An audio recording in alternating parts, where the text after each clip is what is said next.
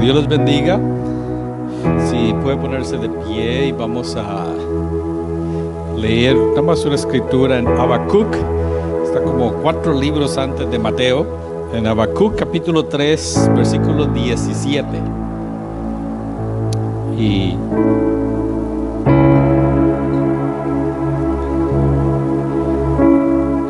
Habacuc estaba viendo la dificultad que venía sobre la comunidad de Israel y ve la destrucción que venía. Y ahí dice él en Habacuc 3:17,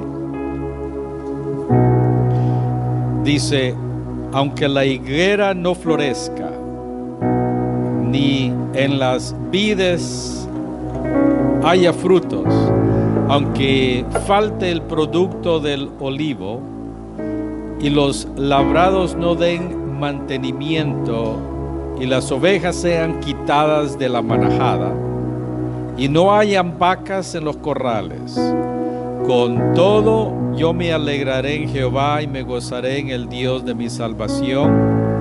Jehová el Señor es mi fortaleza, el cual hace mis pies como las ciervas y en mis alturas me hace andar. Esa era una oración de fe que él estaba haciendo. Amén. Hay veces que pasamos dificultades y el reporte, lo que vemos no es favorable, y ahí es donde tenemos que confiar en el Señor y alabarlo, que Él tiene todo bajo control. Amén. Hay veces que como comunidad de migrantes experimentamos bastante sufrimiento y bastantes desafíos, pero la misericordia de Dios nos sostiene. Padre, te damos gracias porque como Habacuc en este día, Padre, podemos decir: con todo me alegraré en Jehová y me gozaré en el Dios de mi salvación. Probablemente algunos hemos estado enfrentando situaciones desafiantes, tal vez nuestra familia, matrimonios, finanzas, salud, situaciones migratorias y tantas cosas que podemos mencionar. Pero en este día nos alegramos de que tú eres con nosotros. Nos alegramos de que tu misericordia es parte de nuestra vida. Nos alegramos porque confiamos en ti, de que tú obrarás a nuestro favor. Gracias por cada hermano que logró llegar en esta tarde. Bendice todo lo que va a tomar lugar, Padre. Recibe la adoración y la alabanza en esta tarde, en el nombre de Jesús, amén. Gloria a Dios. Ciertamente a veces no es fácil, ¿verdad?, alabar al Señor. Pero su palabra nos recuerda, hermano, que el Señor está con nosotros. Que nos esforcemos, que seamos valientes. Amén. Gloria a Dios. Gócese en esta tarde, hermano.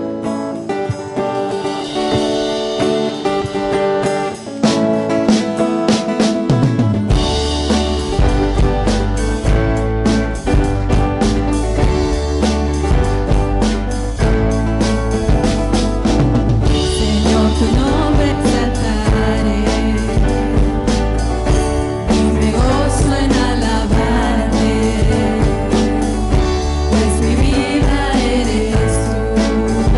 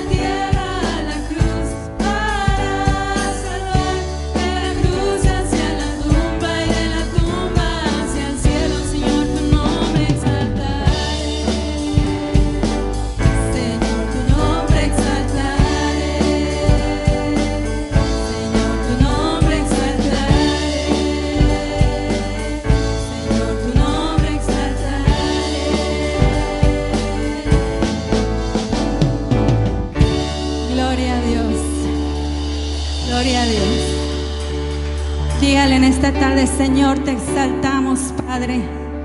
Te glorificamos. Esa es la razón por la que estamos en esta tarde aquí, Señor. Quizá podríamos habernos quedado en nuestra casa a quejarnos. Quizá podríamos habernos quedado en nuestra casa, en el trabajo, en algún otro lado, Señor.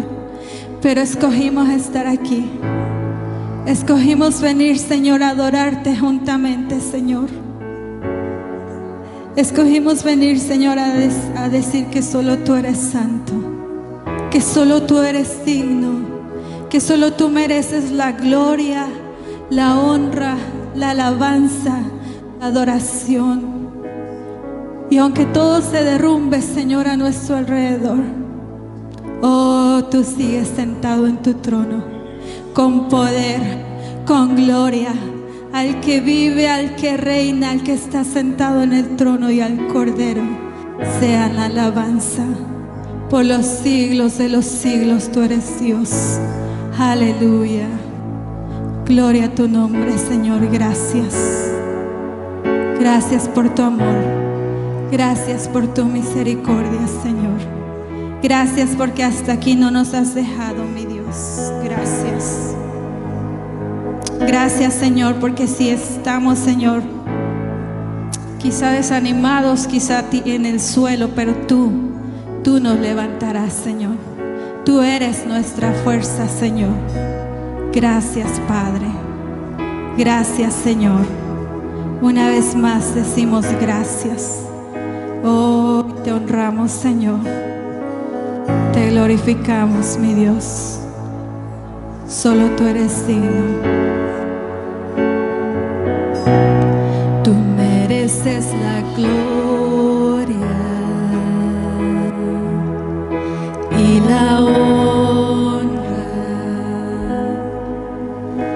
Levantamos nuestras manos adorándote, Señor. Mereces la gloria y la honra. Levantamos nuestras manos adorándote, Señor.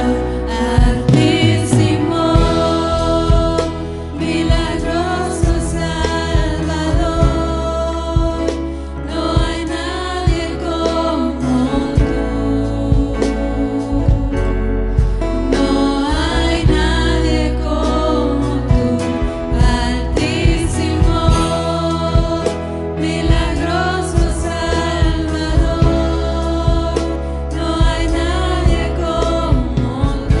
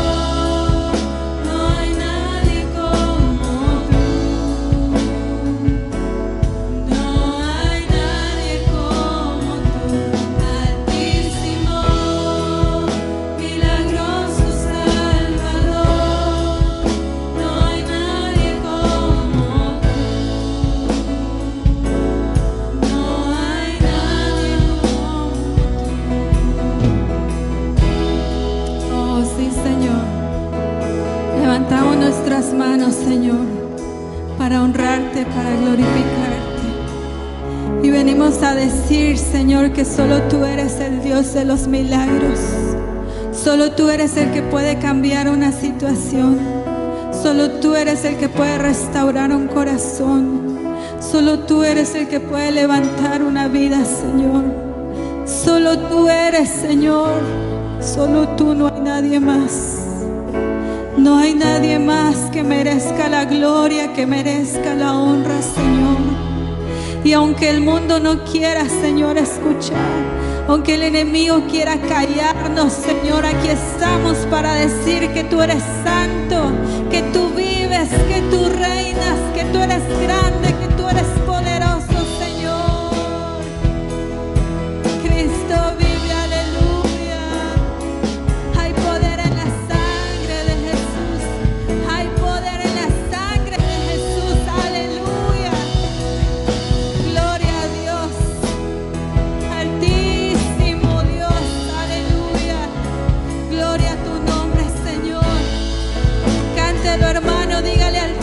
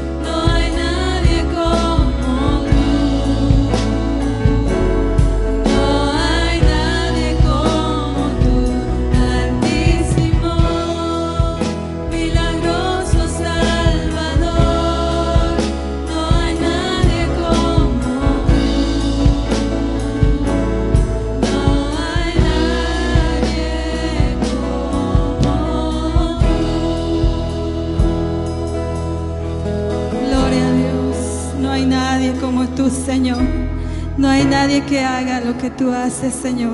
Te adoramos, Padre. Gracias.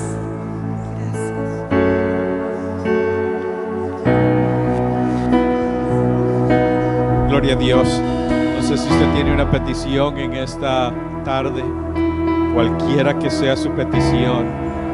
Ahí donde usted está, levante su mano y dígale: Padre, tú eres milagroso. Si es una sanidad que usted necesita, dígale: Señor, toca mi salud. Si tal vez es provisión, tal vez nadie sabe que usted tiene una necesidad financiera, puede decirle: Señor, mira mi necesidad. Amén. Tal vez situación en el hogar, nuestros hijos, cualquiera que sea la necesidad. Amén.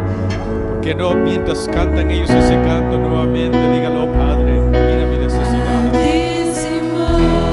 Mira mi necesidad. Mira mi necesidad. Padre, obra, suple, obra, suple. En el nombre de Jesús. Padre, todo enfermo, Padre, en el nombre de Jesús. Toda ansiedad, toda depresión, Padre, en el nombre de Jesús. Confiamos de que tú vas a obrar, suplir. Oh, gloria a Dios, gloria a Dios, gloria a Dios. Aleluya. Sí, Señor, aleluya. Oh, gracias, Señor. Sí, Señor, confiamos en ti. No hay nadie, no hay nadie, no hay nadie. Nuestra fe está en ti, oh Dios. Oh, gloria a Dios. Oh, gloria a Dios, aleluya. Oh, gloria a Dios.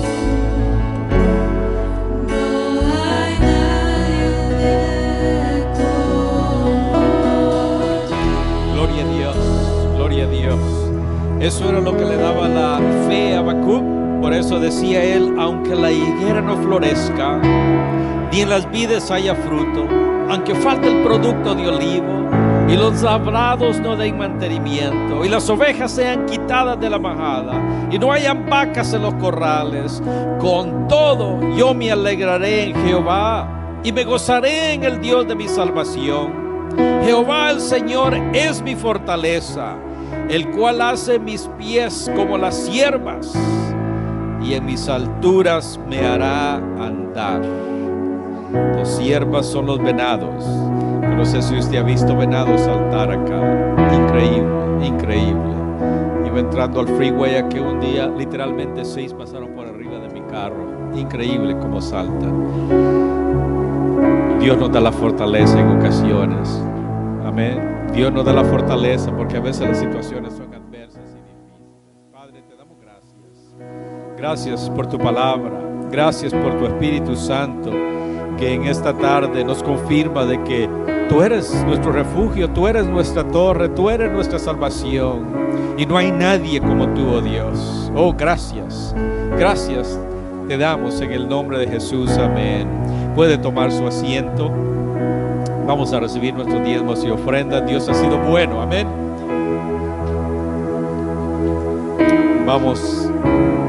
Vamos a orar. Padre, te damos gracias por la bendición que tenemos de adorar tu nombre, de bendecirte.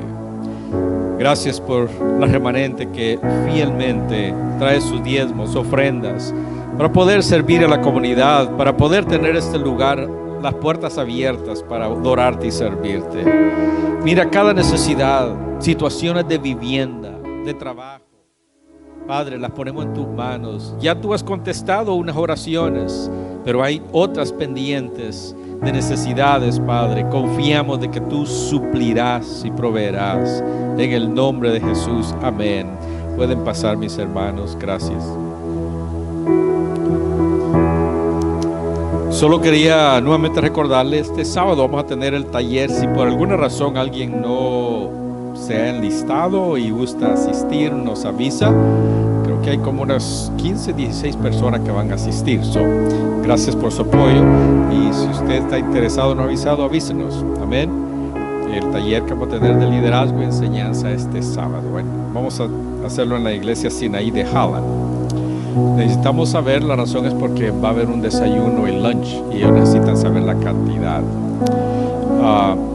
Los varones, hay una convención de varones la próxima semana, ¿verdad? Salimos el viernes en la mañana bien temprano. Varones, les animamos. Creo que si en caso alguien todavía gusta ir, hable con nuestro hermano Manuel.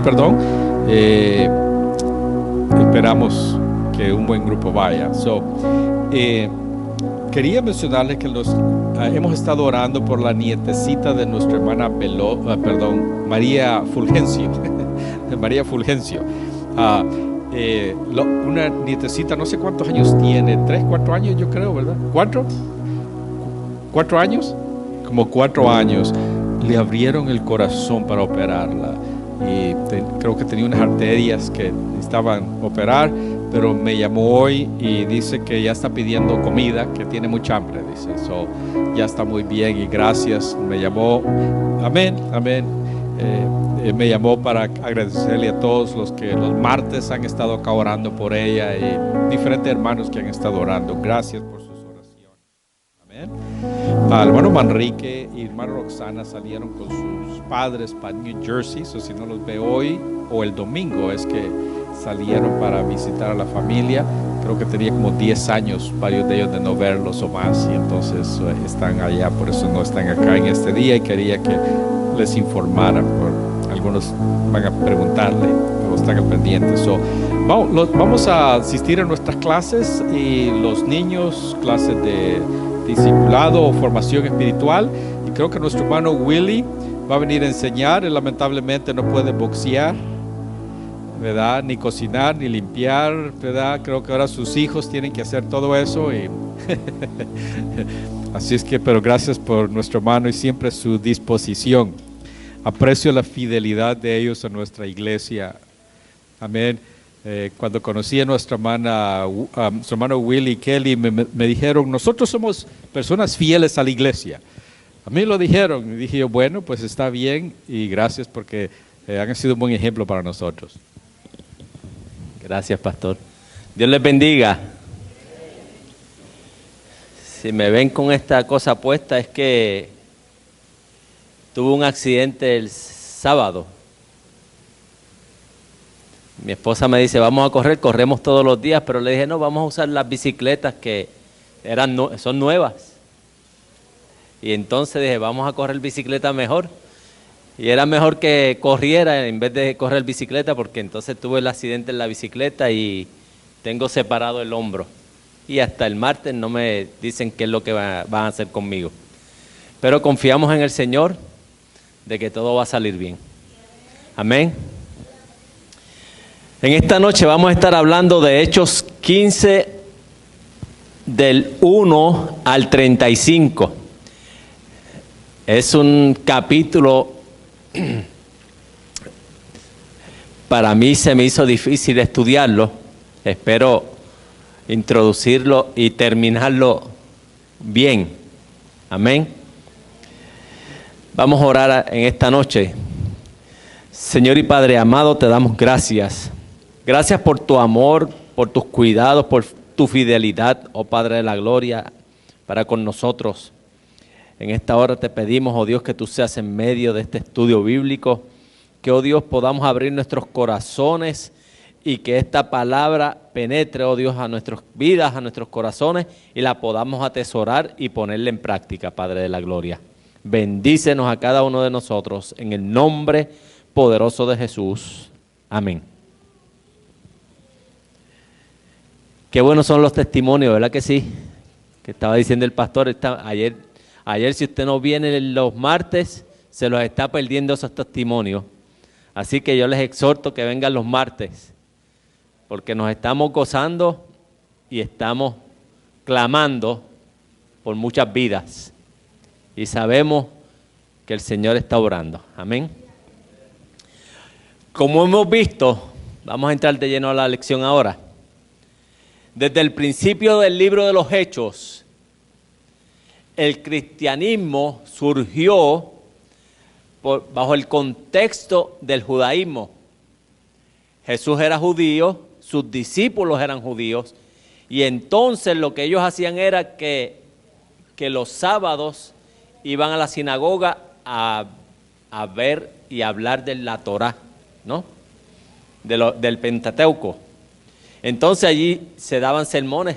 Jesús desde niño fue una de las idas a Jerusalén, se quedó allí en el templo, ¿se acuerdan de eso? Estuvo allí en el templo por 3 días. Así que Jesús sabía y conocía sobre esto. En cierta forma, los seguidores de Jesucristo formaron una secta, vamos a ponerlo entre comillas, eso de formar una secta. Pues ellos siguieron practicando el judaísmo tradicional. Y es bien difícil cuando usted comienza algo nuevo.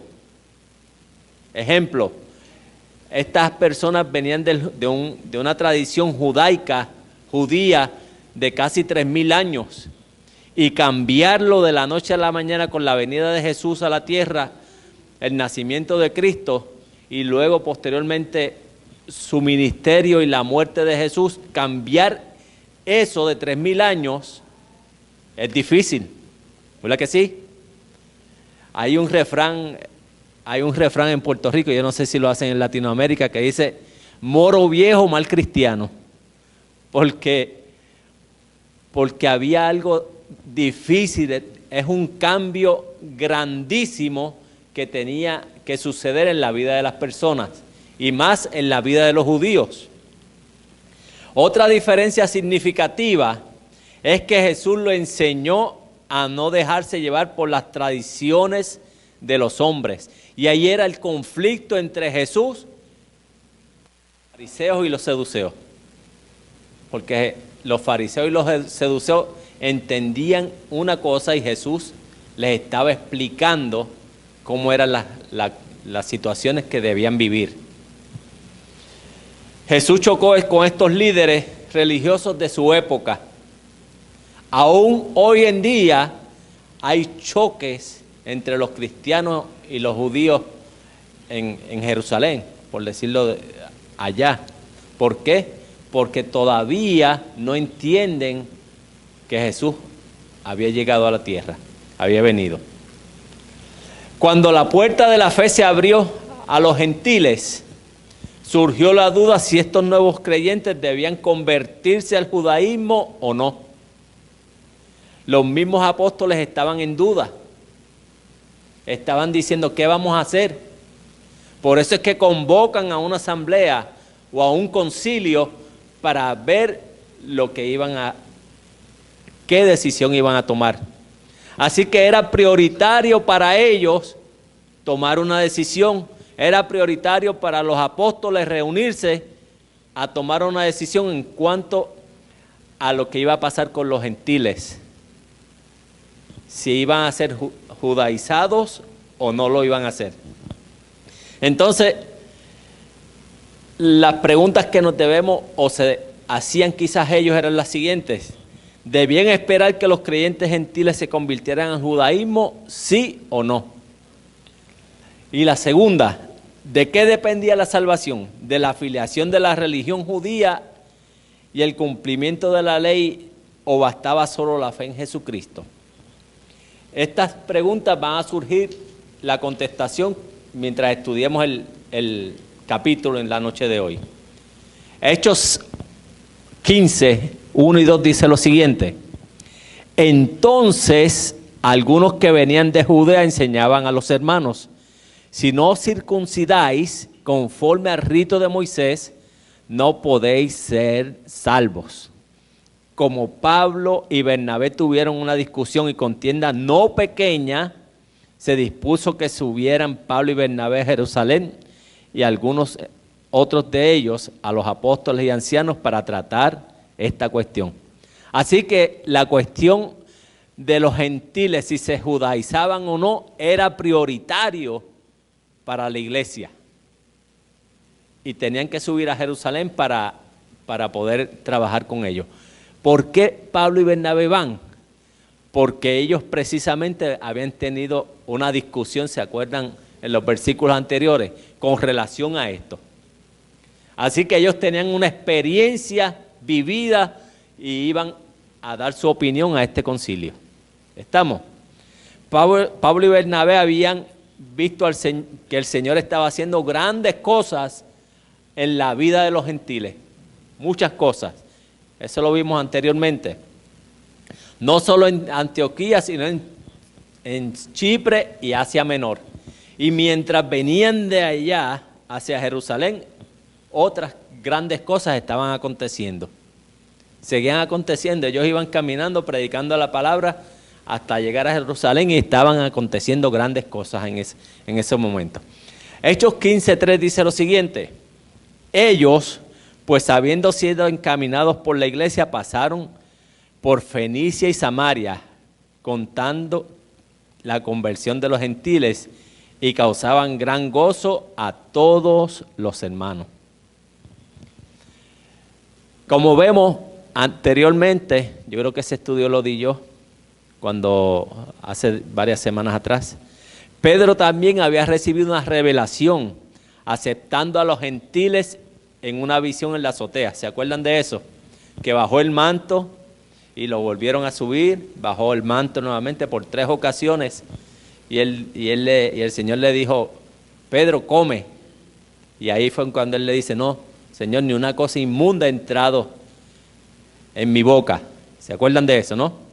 Pues entonces, Pedro, sin embargo, Pedro había visto esa visión y el Señor lo había enviado a la casa de Cornelio, había habido una conversión de Cornelio, pero Pedro seguía dudando, tenía un conflicto entre los judíos y los cristianos, había un conflicto, tan es así el conflicto que más adelante vamos a ver qué es lo que sucede con con Pablo y con Pedro relacionados a esto del judaísmo. Vamos a verlo un poquito más adelante. De hecho, eso lo mencioné la vez anterior. Bueno, lo voy a mencionar porque lo tengo más escrito aquí, pero más adelante también lo puse. Pablo está y Pedro están en la carta a los Gálatas. Yo creo que es el capítulo 2 en adelante, si no me equivoco. Si mi esposa lo busca y me hace señales que sí o no. En Gálatas 2. Pablo reprende a Pedro porque le dice, ¿por qué tú estás haciendo esto? Y es capítulo Gálatas 2, 11. 12. Gálatas 2:11. Y le dice, ¿por qué tú estás haciendo esto? Tratando de judaizar a los gentiles. Y entonces los reprende. ¿sí? Léase Gálatas 2:12 en adelante, para que usted vea la historia y la reprensión que le da Pablo a Pedro. La revisión de los paradigmas continuaban, pues muchas de las doctrinas provenían de la interpretación de los ancianos. Y ahí era donde había el conflicto entre Jesús y los fariseos y los seduceos. Porque la mayoría de la interpretación, aunque hablaban de la Torá, pero muchas veces, dirían en México, le ponían de su cosecha. Quizás había situaciones que habían vivido los ancianos y lo traían a la mesa y entonces hablaban no solamente de la Torá, sino que añadían un poco más. Y ese era el conflicto que estaba sucediendo allí. Aunque debemos reconocer que el judaísmo hay mucha sabiduría, no todas las interpretaciones reflejan el espíritu de la ley ni el corazón de Dios. Ahí tenemos que estar bien claros. La ley estaba actuando, pero la sabiduría de los hombres se interponía y entonces comenzaba a suceder cosas o a decir cosas que no eran conformes quizás a la palabra en sí. Según la doctrina judía, un gentil no podía formar parte del pueblo de Dios. Eso lo vimos en Deuteronomios por allá más atrás. Del pueblo de Dios, a menos que se convirtiera, lo cual implicaba hacerse la circuncisión e inmersión en el agua. Los creyentes de la línea farisea sabían esto y por eso estaban insistiendo que aplicaran una forma a los creyentes gentiles. Estaban diciendo, no, se deben circuncidar los gentiles y querían que eso sucediera, que la circuncisión fuera para los gentiles también, para que entonces pudieran ser cristianos. Pero vamos adelante, vamos a ver lo que nos dice la pregunta. La pregunta es, ¿era esto un mandamiento de Dios o solo una interpretación de los hombres? ¿Qué ustedes creen? ¿Era esto un mandamiento de Dios o era una interpretación de los hombres? El tener que circuncidarse y estar en inmersión en agua. Le dejo la pregunta para que usted entonces la conteste mientras continuamos la lección. Los apóstoles estaban aprendiendo en el camino cómo manejar el influjo de creyentes gentiles que se les estaban uniendo, que eran miles de gentiles que se estaban uniendo, cientos de gentiles. Por eso los apóstoles convocaron a una reunión especial para discutir el tema y llegar a una conclusión. Era importante.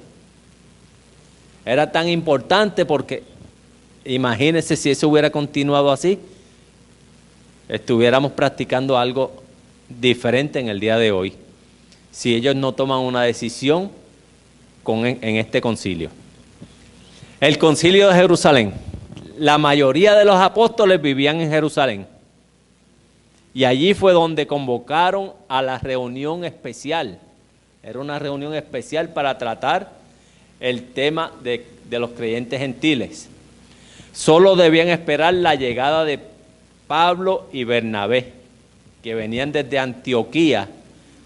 Ese dato no lo busqué, cuánto tiempo llegaban de Antioquía a Jerusalén, pero debió haber sido bastante lejos. Así que venían desde Antioquía y estaban esperando que ellos llegaran para poder comenzar la reunión. Hechos 15:4 dice lo siguiente: y llegados a Jerusalén, fueron recibidos por la iglesia y los apóstoles y los ancianos, y refirieron todas las cosas que Dios había hecho con ellos.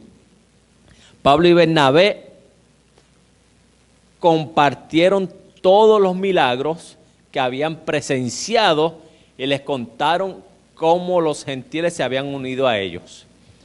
Pero el conflicto que les había reunido no tardó en surgir. Claro, si fueron por ese conflicto y ellos mencionan a los gentiles, inmediatamente sale a relucir a qué fueron, ¿no? ¿A qué fueron allí? ¿Cuál era el propósito de la reunión? Hechos 15:5 dice lo siguiente: pero algunos de la secta de los fariseos que habían creído se levantaron diciendo: es necesario circuncidarlos y mandarles que guarden la ley de Moisés. Ese tema era precisamente el que tenían que resolver. Así que los fariseos lo pusieron fácil. No tuvieron que introducir el tema, sino que el tema lo traen fácilmente. Entonces, dicen, ¿deben los gentiles creyentes guardar la ley y circuncidarse en el proceso de su conversión? Esa es la pregunta. Y vemos a Hechos 15:6, dice lo siguiente: y se reunieron los apóstoles y los ancianos para conocer de este asunto. Y entonces allí se levanta Pedro y así comenzó la discusión. Una discusión que Pedro comienza a dar su testimonio, la cual fue crucial para la solución del conflicto que estaban tratando. Y vemos lo que dice Pedro. Hechos 15:7-9 dice lo siguiente: y después de mucha discusión, Pedro se levantó y les dijo: varones, hermanos, vosotros sabéis cómo ya hace algún tiempo que Dios escogió que los gentiles oyesen por mi boca la palabra del evangelio y creyesen. Y Dios, que conoce los corazones, le dio testimonio dándole el Espíritu Santo lo mismo que a nosotros. Y ninguna diferencia hizo entre nosotros y ellos, purificando por la fe sus corazones. Tal como vimos en el capítulo 10, con la conversión de Cornelio, Pedro también se sorprendió. Pedro estaba sorprendido cuando estaba en la azotea, baja aquel manto y ve todas esas cosas que estaba viendo. Pedro también estaba sorprendido. Sin embargo, los corazones de estos gentiles estaban dispuestos hacia Dios. Así que Dios le estaba diciendo a la iglesia, a los líderes de la iglesia, que también los gentiles, el corazón de los gentiles era para Dios. Eso era lo que estaba diciéndole. Y esto fue suficiente para que el Señor lo tomara en cuenta.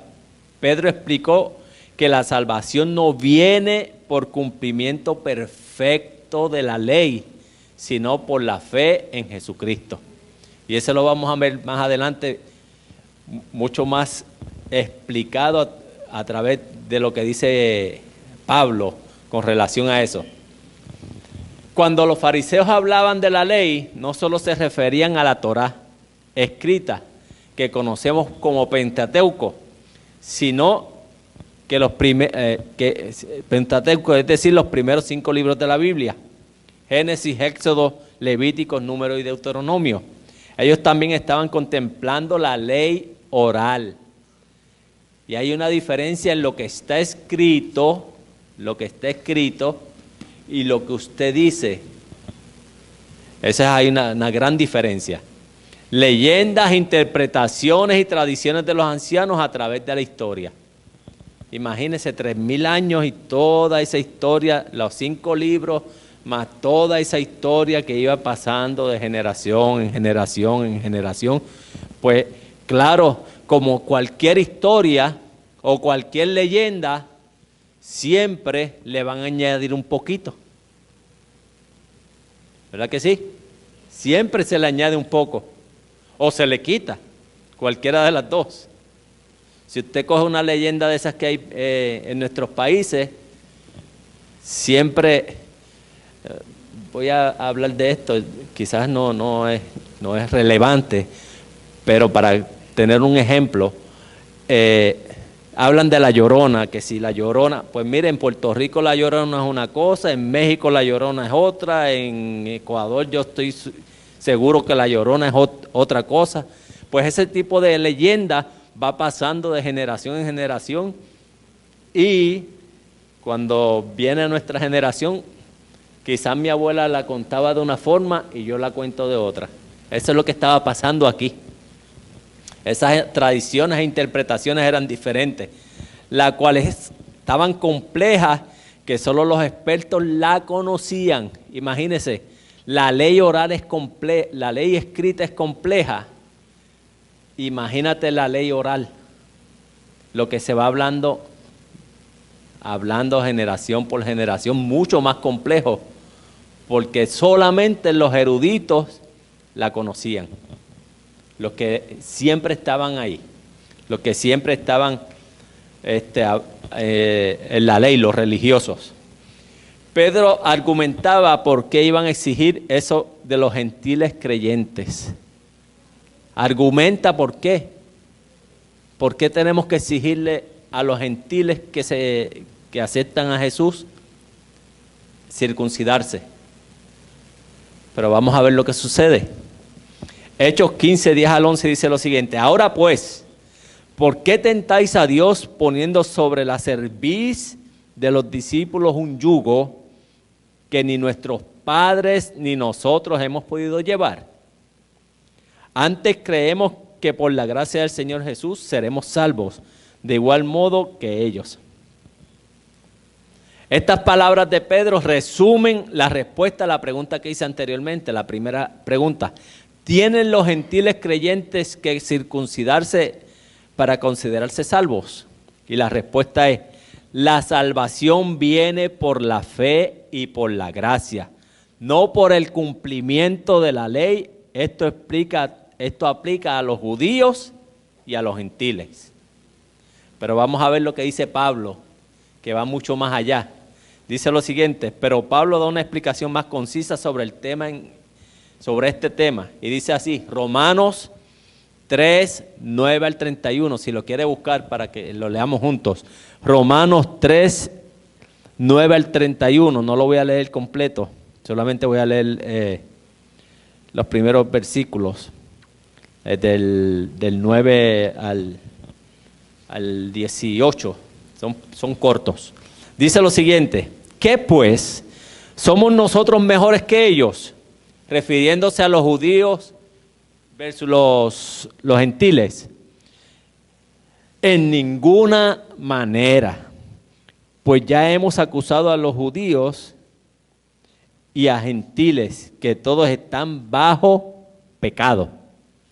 Como está escrito, no hay justo ni aún uno. No hay quien entienda, no hay quien busque a Dios. Todos se desviaron, en una se hicieron inútiles. No hay quien haga lo bueno.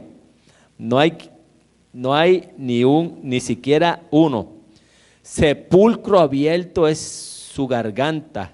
Con su lengua engañan. Esto se está refiriendo a los fariseos y a los saduceos. Veneno de aspis hay debajo de sus labios. Su boca está llena de maldición y de amargura. Sus pies se apresuran para derramar su sangre.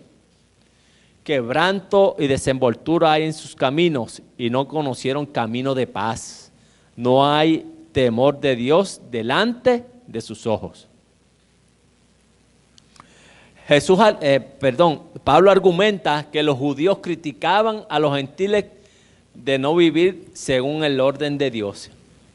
Y aunque esto era cierto, Pablo los confrontó, diciendo que ni los más religiosos podían decir que habían cumplido con la ley. Pues claro, si la ley estaba difícil de cumplir, imagínense, aún los más religiosos no cumplían con la ley. Por eso Jesús le dice que eran hipócritas, porque no estaban cumpliendo tampoco. No hay justo ni aún uno, todos se desviaron, dice la palabra a los romanos, y todos necesitamos de la gracia de Dios para ser perdonados.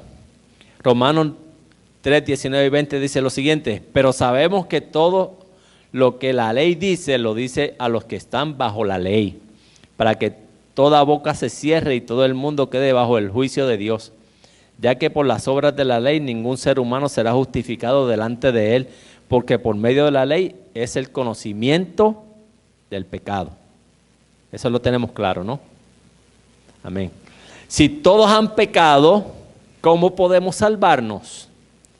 Pablo explica lo único que nos justifica es la fe en Jesús, quien murió para pagar por nuestros pecados. Y a mí me gusta esta parte de Romanos, a la carta a los Romanos 4, 21 al 23, dice lo siguiente: pero ahora, aparte de la ley, se ha manifestado la justicia de Dios, testificada por la ley y por los profetas. La justicia de Dios por medio de la fe en Jesucristo, porque todos los que creen en Él, porque no hay diferencia, por cuanto todos pecaron y están destituidos de la gloria de Dios. Así que todos, desde el principio Adán, y eso lo cargamos como maleta, ¿verdad que sí? Porque desde el principio está el pecado, y entonces esa maleta nos las pasó Adán por ahí para abajo. Lo único que nos justifica es la sangre de Cristo y aceptar a Jesús como Salvador, y entonces perdona nuestros pecados. Amén. Ante esto nadie puede creerse superior a otro, porque Dios es uno y justificará por la ley a los de la circuncisión y por medio de la fe a los de la incircuncisión. Le está diciendo Pablo a los romanos. Luego por la fe invalidamos la ley. Luego por la fe invalidamos la ley. De ninguna manera, sino que confirmamos la ley. Claro, la ley se confirma porque Cristo, por eso es que Cristo viene. Está confirmando la ley, lo que está escrito allí. ¿Ves? Así que la ley está ahí. Este último punto de Pablo es muy importante, ya que no podemos descartar la ley solo porque somos salvos por la fe. Primero debemos reconocer que somos salvos por la fe, todos, sin importar cuán bueno o malo haya sido uno. Luego de reconocer que hemos sido redimidos por la gracia de Dios, debemos vivir de forma que honremos el sacrificio por el cual fuimos limpiados. Tito 2, 11 y 14 dice lo siguiente: por la gracia de Dios se ha manifestado para salvación a todos los hombres, enseñándonos que renunciando a la impiedad y a los deseos mundanos, vivamos en este siglo sobria, justa y piadosamente, aguardando la esperanza bienaventurada y la manifestación gloriosa de nuestro gran Dios y Salvador Jesucristo, que se dio a sí mismo por nosotros para redimirnos de la iniquidad y purificar para sí un pueblo propio, celoso de sus buenas obras. Ante esta explicación de Pedro, todo el salón cayó. Esto abrió el espacio para que Pablo y Bernabé dieran testimonio de lo que el Señor estaba haciendo entre los gentiles. Y dice Hechos 15:12 lo siguiente: entonces toda la multitud cayó y oyeron a Bernabé y a Pablo que contaban cuán grandes señales y maravillas había hecho Dios por medio de ellos entre los gentiles. Y vamos a ver la conclusión del concilio de Jerusalén. Luego de que Pablo y Pedro expusieron sus opiniones y testimonios ante el concilio de ancianos reunidos en Jerusalén, tomó la palabra Jacobo. ¿Sabe quién es Jacobo? Hay muchos Jacobos en la Biblia, ¿no? Vamos a ver quién era este Jacobo, a quien también se le conoce en español como Santiago. ¿Y Santiago era quién? ¿Ah? El hermano de Jesús. Sus palabras iban a tener mucho peso, ya que él era el líder principal de la iglesia en Jerusalén. Así que Santiago era el líder de la iglesia en Jerusalén. Así que la palabra de Santiago iba a tener mucho peso sobre lo que tenía que decir. Dice los siguientes versículos, 15, 13 y 14. Y cuando ellos callaron, Jacobo respondió diciendo: varones hermanos, oídme. Simón ha contado cómo Dios visitó por primera vez a los gentiles para tomar de ellos pueblo para su nombre. Aunque los acontecimientos con los gentiles iban a contar contra de sus paradigmas, en contra de lo que ellos creían, Jacobo reconoció que el Señor estaba haciendo algo con los gentiles. Imagínense 3000 años escuchando lo mismo y lo mismo y lo mismo, y usted cree que eso es lo que es y no lo puede mover nadie de ahí. Eso estaba en contra de lo que ellos creían, pero él estaba reconociendo algo, que el Señor estaba haciendo algo con los gentiles.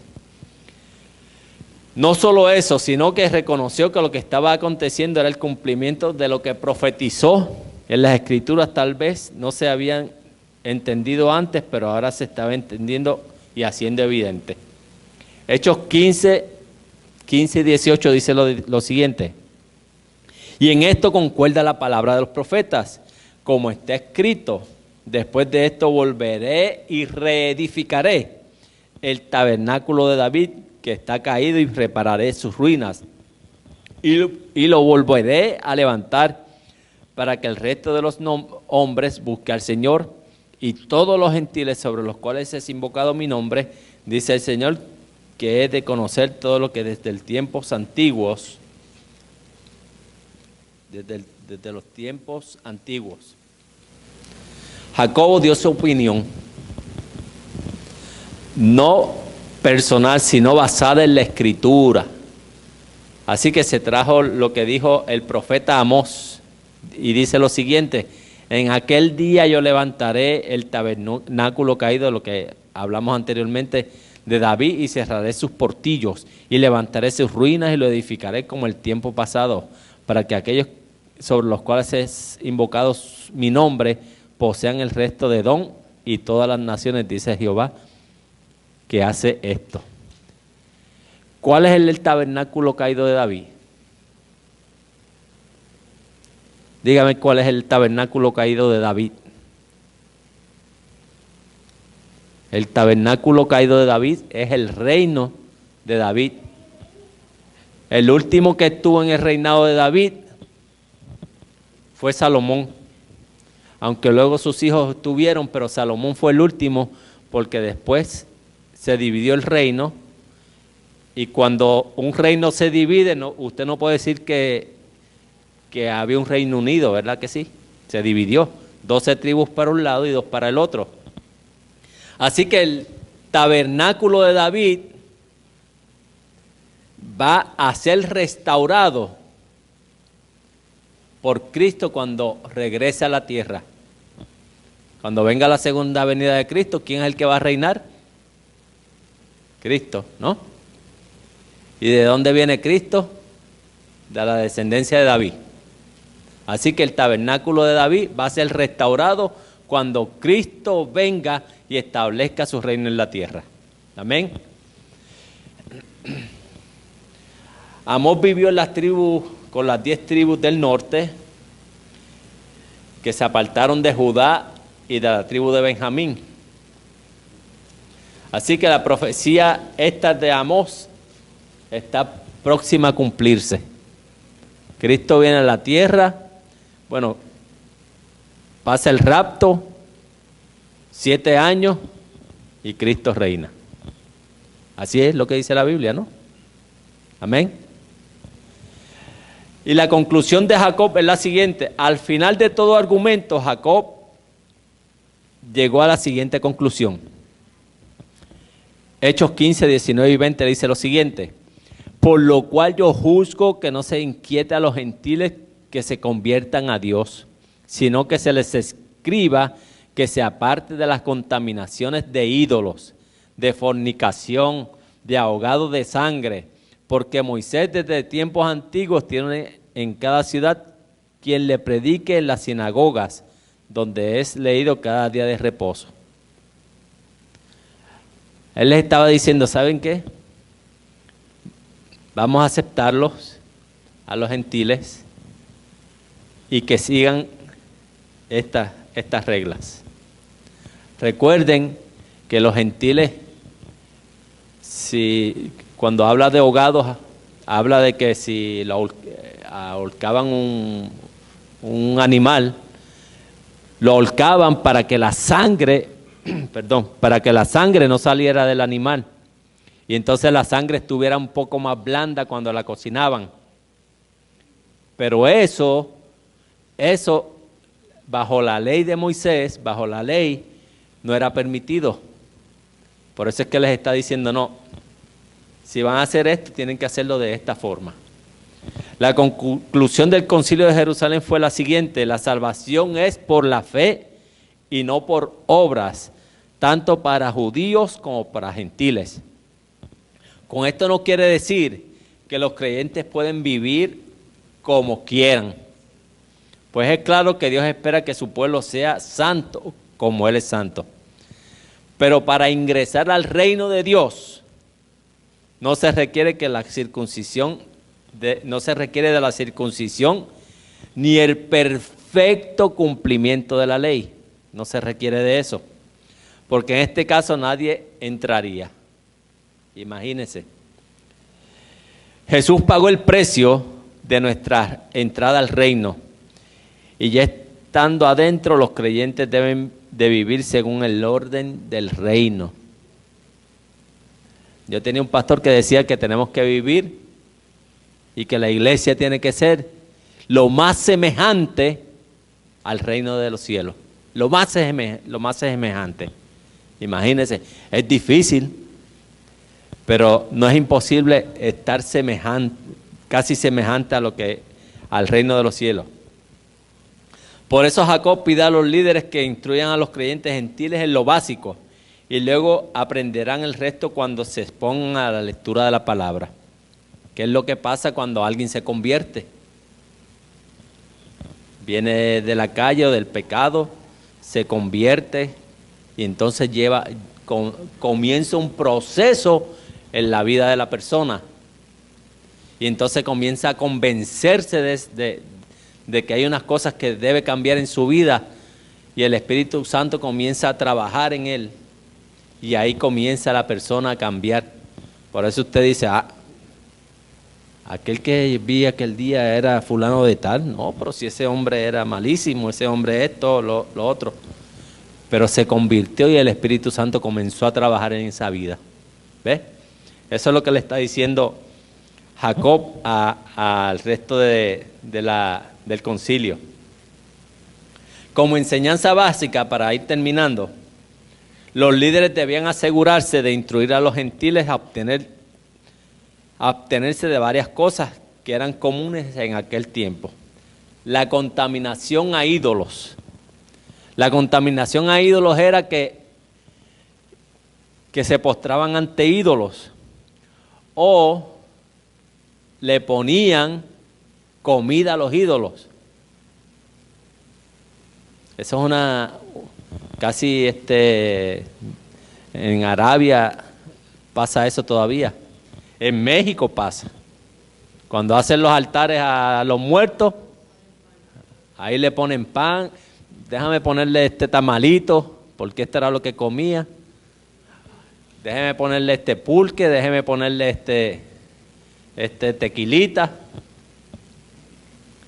Eso es hacer un altar para eso. Y mucha gente, en India lo hacen. En India está mucho más fuerte que en México.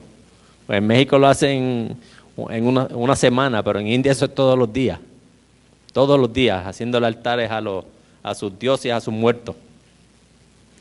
Así que dice, Éxodo dice, cuídate de no hacer pacto con los habitantes de la tierra donde vas, no sea que esto se convierta en tropezadero para ti, sino que derribaréis sus altares y quebraréis sus pilares sagrados y cortaréis sus aceras, pues no adorarás a ningún otro Dios, ya que el Señor cuyo nombre es celoso, es Dios celoso.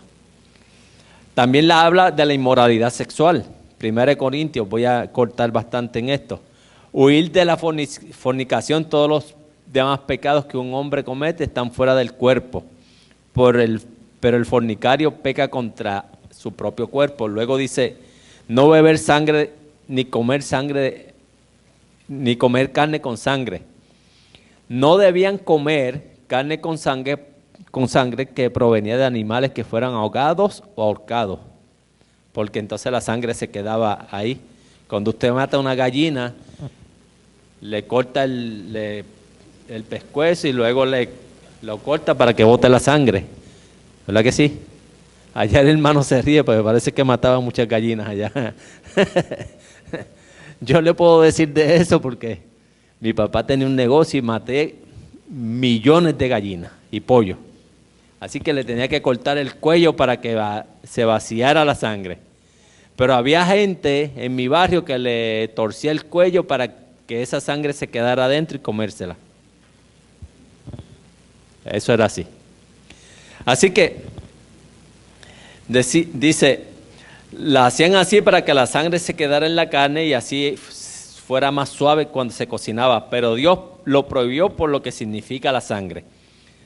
Si cualquier hombre, Levítico 17, 10, 14, pero voy a leer los primeros 2 versículos, dice lo siguiente: si cualquier hombre de la casa de Israel o de los forasteros que residen en ellos come sangre, yo pondré mi rostro contra esa persona que coma sangre y lo cortaré de entre su pueblo, porque la vida de la carne está en la sangre y yo os le he dado sobre el altar para hacer expiación para vuestras almas. Porque es la sangre por la razón de la vida lo que hace expiación. Por eso Cristo murió en la cruz del Calvario, derramó su sangre para expiar ¿qué? Nuestros pecados. Amén. El mandamiento de no comer sangre está desde los tiempos de Noé y era un mandamiento para toda la humanidad. Antes del diluvio la dieta del hombre era vegetariana. Así que los veganos de hoy en día se quedaban cortos de lo que pasaba ahí. Todo lo que se mueve en la vida os será para alimento de lo que es. Todo os lo doy como si os di hierba verde, pero carne con vida, es decir, con sangre, no comeréis. Luego el concilio de Jerusalén, y termino con esto, dice lo siguiente: hubiera llegado a la conclusión sobre el tema de la inclusión de los gentiles como el pueblo de Dios, ellos decidiendo escribir una carta para comunicar formalmente las decisiones de los apóstoles. Y la carta dice: esto pareció bien a los apóstoles y a los ancianos, con toda la iglesia, elegir de entre ellos varones enviados a Antioquía, Pablo y Bernabé, a Judas, que tenía por sobrenombre Barsabás, y Silas, varones principales entre los hermanos, y escribir por conducto de ellos los apóstoles y los ancianos, a los hermanos entre los gentiles que están en Antioquía, en Siria, en Cilicia, salud, por cuanto hemos oído que algunos que han salido de nosotros, a los cuales nos dimos orden, os han inquietado con palabra, perturbando vuestras almas, mandando circuncidaros y guardar la ley. Nos ha parecido bien, habiendo llegado a un acuerdo, elegir varones y enviados a vosotros con nuestros amados Bernabé y Pablo, hombres que han expuesto su vida por el nombre de nuestro Señor Jesucristo. Así que enviamos a Judas y a Silas, los cuales también de palabra os harán saber lo mismo, porque han padecido bien el Espíritu, y nosotros no imponeros ninguna carga más que estas cosas necesarias, que se abstengáis de lo sacrificado a ídolos, de sangre de ahogado y de fornicación, de las cuales cosas si os guardáis bien haréis, pasadlo bien. Así que Pablo, el concilio hace referencia a todo esto, llega a una conclusión y por eso es que estamos aquí. Amén. Dios les bendiga.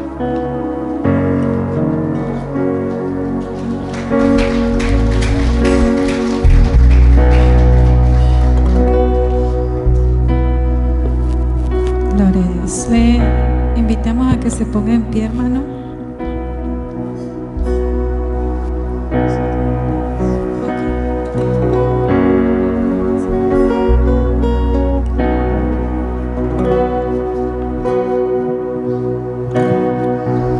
Vamos a adorar al Señor un momento.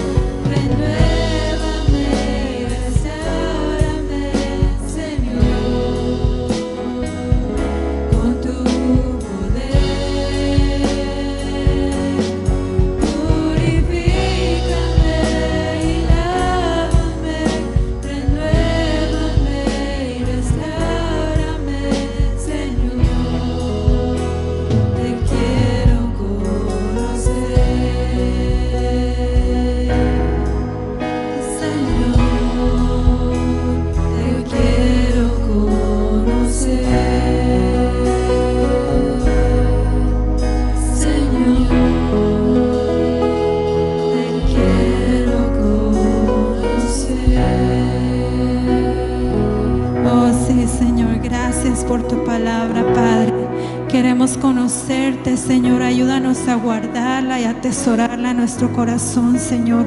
Ayúdanos a estudiarla cada día, Señor, porque es tu palabra la que nos va a sostener, es la que nos va a ayudar a seguir adelante. es la que nos va a ayudar, Señor, a hablarle al mundo, Señor, de ti. Ayúdanos, Padre. Te pedimos, Señor, que nos lleves con bien en esta tarde, Padre. Gracias por mi hermano Willy. Gracias, Señor, porque tú le usas para predicar tu palabra, Señor. Te pido le bendiga a su familia. Bendice también a cada hermano, Señor, que vino y hizo tiempo en esta tarde. Por los hermanos que quizá no pudieron venir y nos están viendo, Señor, por internet, gracias, Padre. Te pedimos tu bendición sobre cada hermano, sobre cada familia, Señor. Llévanos con bien, Padre, a nuestro hogar. Permítenos descansar y continúa, Señor, siendo tú nuestra fuerza cada día, Señor. Ayúdanos a honrarte, a glorificarte, Señor.